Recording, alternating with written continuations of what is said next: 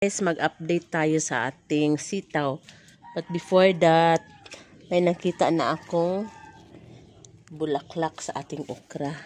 So this means, or that means, magbubunga na siya. So unlimited okra na ulit tayo. Tingnan nyo guys. So kailangan ko nang i-harvest tong sitaw natin dahil sa sobrang haba. Ang haba ng variety na to. Oh. Sige, kung mag-harvest na natin sa nandito na si Mr.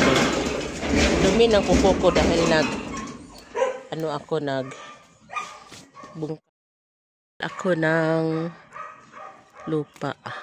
Ito pa marami pa ang patubo. So kukunin lang natin yung gulang na ba.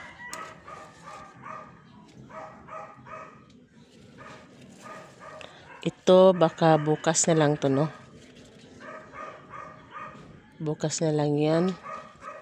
So 3 lang palang makukuha ko ngayon.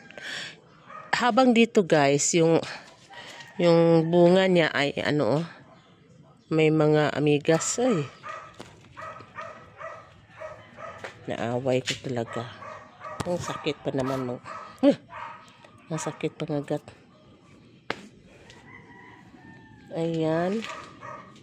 So, 4 lang yung nakuha ko. Pero, kunin ko na lang tong 3 guys. Baka kasi maano pa siya. Maguwang.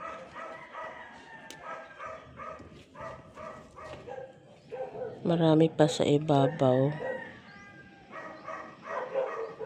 So, ito ang harvest natin. Marami na to siya dahil mahaba.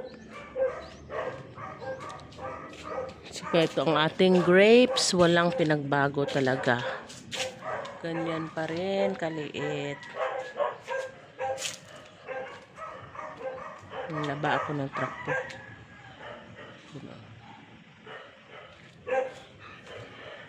Dito din. Tabi, buyag-buyag. Ito din. Ito din. Ito. Magsaing muna ako guys. Tingnan nyo yung lansunis ko guys. Bakit kaya ganito yung puno niya? Kaya siguro hindi nagbe-bear ng fruit. Dahil ganyan kadumi yung puno niya.